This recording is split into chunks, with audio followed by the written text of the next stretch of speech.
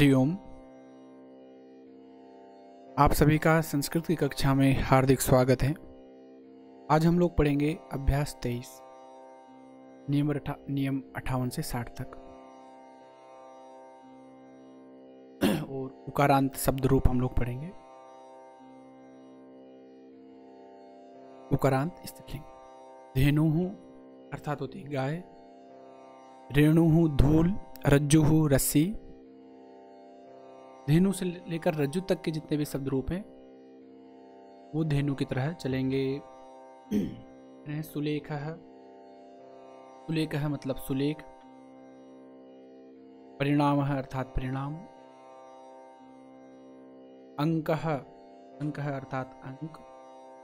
अवकाशः अर्थात अवकाश, छुट्टी। कक्षा, कक्षा करते हैं यहाँ पर श्रेणी। परीक्षा, परीक्षा करते हैं परीक्षा एग्जाम, जो भी एग्जाम पेपर आदि होते हैं।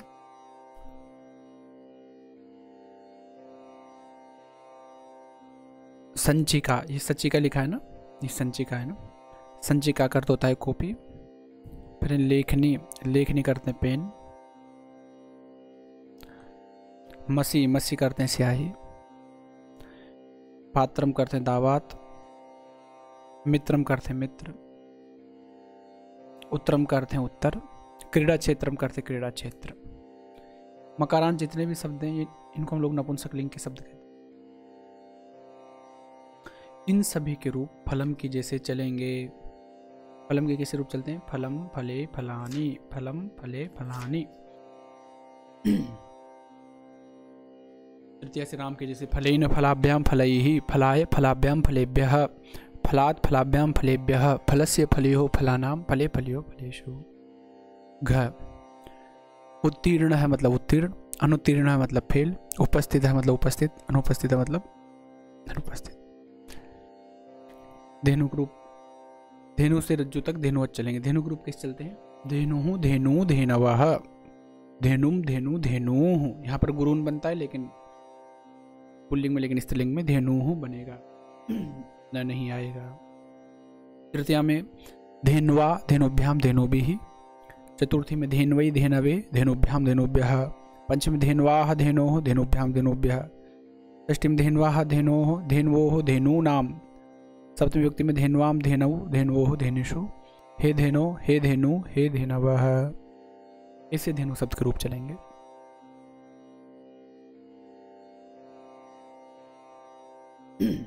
व्याकरण। आज हम लोग अक्ता प्रत्यय पढ़ेंगे और दीर्घ संधि पढ़ेंगे। देखो शब्द रूप, धेनु शब्द के पूरे रूप स्मरण करो। देखो शब्द संख्या 19 शब्द संख्या पर आप लोग धेनु शब्द के पूरे रूप देख सकते हैं अगर आपके पास रचना कौमुदी है उसकी पीडीएफ है तो। रेणु रज्जु धेनुवत चलेंगे। अभ्यास 16-17 में दिए सप्तमी के नियमों का पुनः अभ्यास करो। 16 और 17 अभ्यास में जो सप्तमी व्यक्ति के नियम दिए उनका फिर से अभ्यास कीजिए। नियम नंबर 58, अकः सवर्णे दीर्घः। ये दीर्घ संधि का नियम है। ये कहता है कि अ ई उ री के बाद सवर्ण समान अक्षर हो तो दोनों के स्थान पर उसी वर्ण का दीर्घ अक्षर हो जाता है। अर्थात अ या आ प्लस अ या तो आ, ई या ई प्लस ई या ई तो ई, उ या उ प्लस उ या उ तो उ, री या री प्लस री। जैसे हिम प्लस आलय है तो हिम का अ और आलय का दोनों मिलकर के दीर्घा बन जाएगा हिमालयः। विद्या प्लस आलय विद्यालयः। श्री प्लस ईशः श्रीशः। गुरु प्लस उपदेशः गुरुपदेशः। होत्री प्लस ऋकारः होत्रिकारः। ये दीर्घ संधि हो गई। भूतकाल में एक लंग लकार का प्रयोग होता है और एक होता है अक्ता प्रत्यय। तो ये कह रहे हैं कि भूतकाल के अर्थ में धातु से अक्ता प्रत्यय अर्थात त प्रत्यय होता है। अक्ता का त शेष रहता है, अक्ता में सिर्फ त ही शेष रहेगा। जिन धातुओं के साथ अन्य स्थानों पर बीच में ई लगता है उनमें इत जुड़ेगा, अन्य धातुओं में केवल त जुड़ेगा। अगर लिट लकार में जिन धातुओं को ई लग जाता है ना वहां पर तो यहाँ भी ई लगेगा। और जिन धातुओं में केवल जिन धातुओं में ई नहीं लगता वहां सिर्फ त ही लगेगा। जैसे पठ धातु से पठी सती बनता है लिट लकार में, तो यहाँ बन जाएगा पठितः।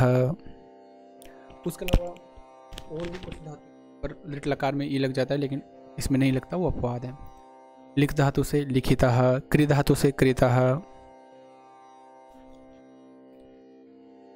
गम धातु से गतः,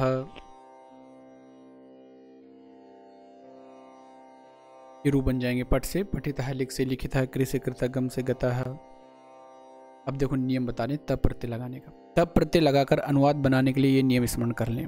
नंबर 1, जब सकर्मक धातु से तब प्रत्यय होता होगा तो कर्म में प्रथमा, कर्ता में तृतीया, क्रिया का लिंग वचन और विभक्ति कर्म के अनुसार होगी, कर्ता के अनुसार नहीं। ये बात करेंगे जब सकर्मक धातु से तब प्रत्यय होगा। किसी धातु से? सकर्मक धातु से। तो कर्ता में प्रथमा विभक्ति होगी, कर्म में प्रथमा विभक्ति होगी और कर्ता में तृतीय विभक्ति होगी। तृतीय क्रिया का जो लिंग वचन है वो विभक्ति कर्म के अनुसार होगी, कर्ता के अनुसार नहीं। आप लोगों ने शुरू से अगर वीडियो नहीं देखी तो एक बार आप उसका अभ्यास।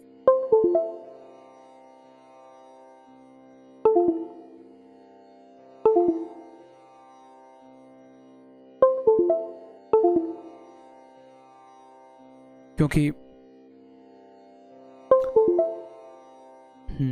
थोड़ा सा बीच में डिस्टर्ब हो गया था। हाँ शुरू से अगर आप लोग वीडियो नहीं देखेंगे तो आपको ये पार्ट समझ में नहीं आएंगे। आपको पहले विभक्तियाँ याद करनी पड़ेंगी, प्रथमा विभक्ति, द्वितीय विभक्ति, तृतीय विभक्ति, फिर उनके अनुसार कारक आपको समझना होगा, कर्ता ने कर्म को करने से द्वारा। फिर उसके बाद में आपको ये चीज़ें समझ में आ जाएगी, प्रथमा विभक्ति क्या होती है, तृतीय विभक्ति क्या होती है। तो कहते हैं कि सकर्मक धातु से तब प्रत्यय होगा तो कर्म में प्रथमा विभक्ति होगी, कर्ता में तृतीय विभक्ति। क्रिया का लिंग वचन और लिंग वचन विभक्ति कर्म के अनुसार होगी, कर्ता के अनुसार नहीं। अकर्मक धातु से अगर तब प्रत्यय होता है तो कर्ता में तृतीय विभक्ति, क्रिया में नपुंसक लिंग एक वचन होगा। अब यहाँ पर इन्होंने एक नया पॉइंट दे दिया, सकर्मक अकर्म। छात्र कंफ्यूज हो जाएंगे कि सकर्मक क्या है, कर्मक क्या है। अभी तक हम लोग बिल्कुल सरल तरीके से चल रहे थे, लेकिन एक शिक्षण सूत्र ने सरल से कठिन की ओर, पहले सरल चीज़ पढ़ो फिर कठिन चीज़। तो अब आपको यहाँ पर क्रियाओं के बारे में और थोड़ा सा जान लेना चाहिए। 1900 करीबन धातुएं हैं, 1945 धातुएं हैं धातु पाठ में। उनमें बहुत सारी धातुएं सकर्मक है, बहुत सारी अकर्मक है। अलग अलग से एक एक धातु को बताना संभव नहीं है, इसलिए वैयाकरणों ने एक नियम बनाया है कि जो धातु इन अर्थों वाली होगी वो अकर्मक होगी, बाकी सब सकर्मक।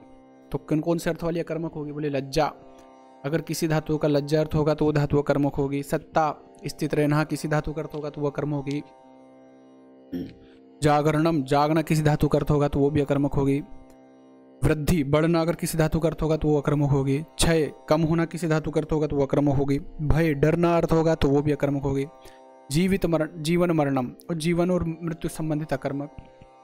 शयन, क्रीड़ा, सोना, खेलना, ये अर्थ वाली जितने भी धातुएं सब अकर्मक है, इनको छोड़ के बाकी सब सकर्मक हैं। जैसे जाना सकर्मक है, जिन धातुओं में बीच में को लग जाए वो सकर्मक है, जिनमें को नहीं लगे वो अकर्मक है। जैसे वह गांव जाता है तो वह गांव को जाता है तो सकर्मक। और मान लो वह सोता है और वह किसको सोता है, इसमें कोई कर्म नहीं है ना, इसलिए ये अकर्मक है, इसे समझ लें। तो सकर्मक धातुओं से तब प्रत्यय होगा तो कर्ता में प्रथमा, कर्म में प्रथमा, कर्ता में तृतीय, मतलब कर्मवाच्य में एक प्रत्यय होगा, कर्तृवाच्य में नहीं।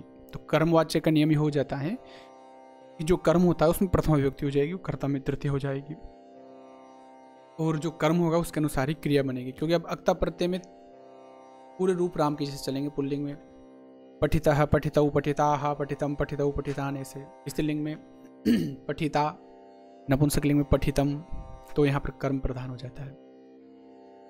अकर्मक धातु से तब प्रत्यय होने पर कर्ता में तृतीय और क्रिया में नपुंसकलिंग एक वचन। अब अकर्मक धातु में कर्म तो होगा ही नहीं, कर्ता में तृतीय विभक्ति हो जाएगी, क्रिया में नपुंसकलिंग एक वचन हो जाएगा। दूसरी बात, कर्मवाच्य भाववाच्य के लिए मैं अलग से वीडियो बनाऊंगा, आप उसे पूरी देखिएगा। तब प्रत्यांत शब्द कर्म के अनुसार पुल्लिंग होगा तो उसके रूप रामवत, स्त्रीलिंग होगा तो रमावत, नपुंसकलिंग होगा तो गृहवत। जैसे उसने काम किया तो तेन कार्यम कृतम। अब यहाँ पर तेन कर्ता यहाँ पर क्या है? वह, इसमें तृतीय विभक्ति हो गई। सहतौते, तम, तौतान, तेन, क्या किया? कार्य किया, तो कार्य में प्रथमा विभक्ति हो गई, कार्यम, कार्य, कार्याणि, कार्यम। कृतम, कृत आया, कृत बाद में देखा कार्य नपुंसक लेंगे तो पीछे में लगा देंगे कृतम। तेन कार्यम कृतम, उसने पुस्तक पढ़ी, तेन पुस्तकम पठितम, उसने लेख लिखा, तेन लेखः लिखितः।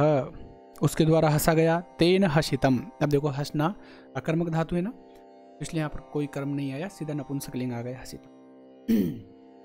उसने भोजन खाया। तेन भोजनम खादितम, उसने बालक को बचाया। तेन बालकः रक्षितः। धेनु शब्द अक्ता प्रत्यय दीर्घ संधि सप्तमी विभक्ति विद्यालय। धेनु जात, अब देखो यहाँ पर हम लोग धेनु जाती है। धेनु गच्छति, गाय को देखो, धेनुम पश्य, गाय के लिए अन्न दो, धेनवे अन्नम देहि। उस कक्षा में 10 छात्र हैं, तस्याम कक्षायाम 10 छात्रा सन्ति, उनके पास पुस्तकें हैं, कॉपियाँ हैं, पेन हैं, दावात हैं। तो तेषाम समीपे पुस्तकानि संचिकाः लेखन्यः मसीपात्राणि च सन्ति। परीक्षा में 6 छात्र उत्तीर्ण हुए, बाकी फेल हो गए। परीक्षायाम 60 छात्राः उत्तीर्णाः, अन्ये अनुत्तीर्णाः च सन्ति। मैंने भोजन खाया, मया भोजनम भक्षितम। उसने पुस्तकें पढ़ी, तो तेन पुस्तकानि पठितानि। मैंने पत्र लिखा, मया पत्रम लिखितम। तृतीय विभक्ति हो गई यहाँ पर है ना, कर्ता में। 2 पत्र लिखे, पत्रे लिखे थे, बहुत सारे पत्र लिखे, पत्राणि च लिखितानि। तूने काम किया, त्वया कार्यम कृतम, बहुत सारे काम किए, तो कार्याणि च कृतानि। गाय आई, धेनु आगता, गाय को लाओ, धेनु। गाय का दूध पियो, धेनोः दुग्धम पिब। गाय को अन्न और जल दो, धेनवे अन्नम जलम च ददातु। धूल उठ रही है,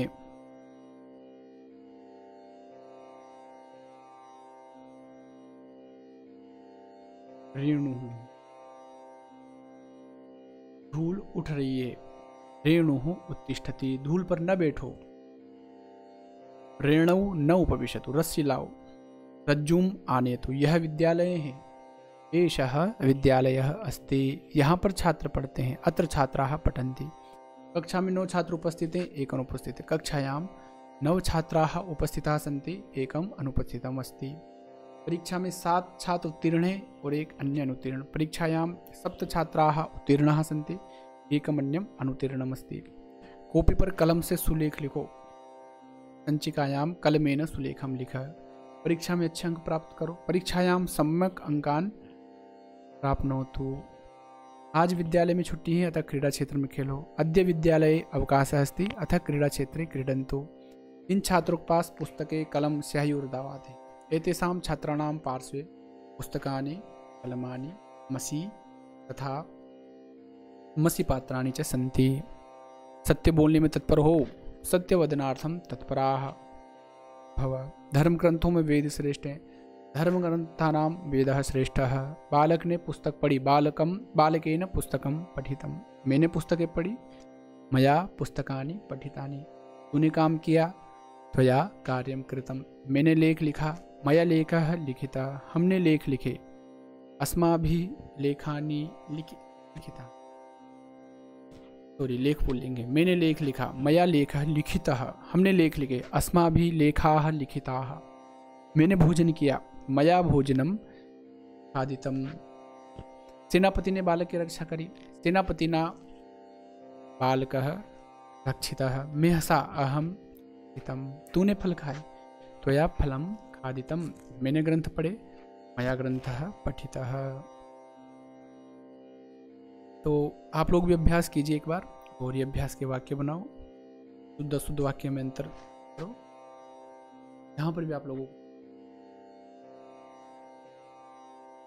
कर्मवाच्य भाववाच्य के लिए क्रम। बात यह है कि अक्ता प्रत्यय जो है, यह इन्होंने एक सामान्य तरीके से दिया है। सबसे पहले तो हम अक्ता प्रत्यय लगाने की विधियां पता करेंगे, कौन कौन से धातुओं से क्या क्या बनेगा, और भी काफ़ी सारे रूप बनते हैं। रचनात्मक कौमुदी में पीछे अक्ता प्रत्यय वाले बहुत सारे रूप दिए हैं, आप केवल इतना ही मत पढ़ो जितना इसमें दिया गया है। पीछे धातु दी है और भी रूप दिए हैं, तो धातु उन रूपों को लगा करके और नए नए वाक्य बनाओ। इसके अलावा वहाँ पर और भी विधि हैं अक्ता प्रत्यय लगाने की। तो जब हम लोग व्याकरण का अध्ययन करेंगे आगे, तो मैं वहाँ आप लोगों को इसकी पूरी विधि बताऊंगा अक्ता प्रत्यय की। बाकी यहाँ आपको जितना समझ में आया उतना आप लोग समझिए, और जहाँ भी शंका हो वहाँ पर आप। तो धन्यवाद। नमो नमः।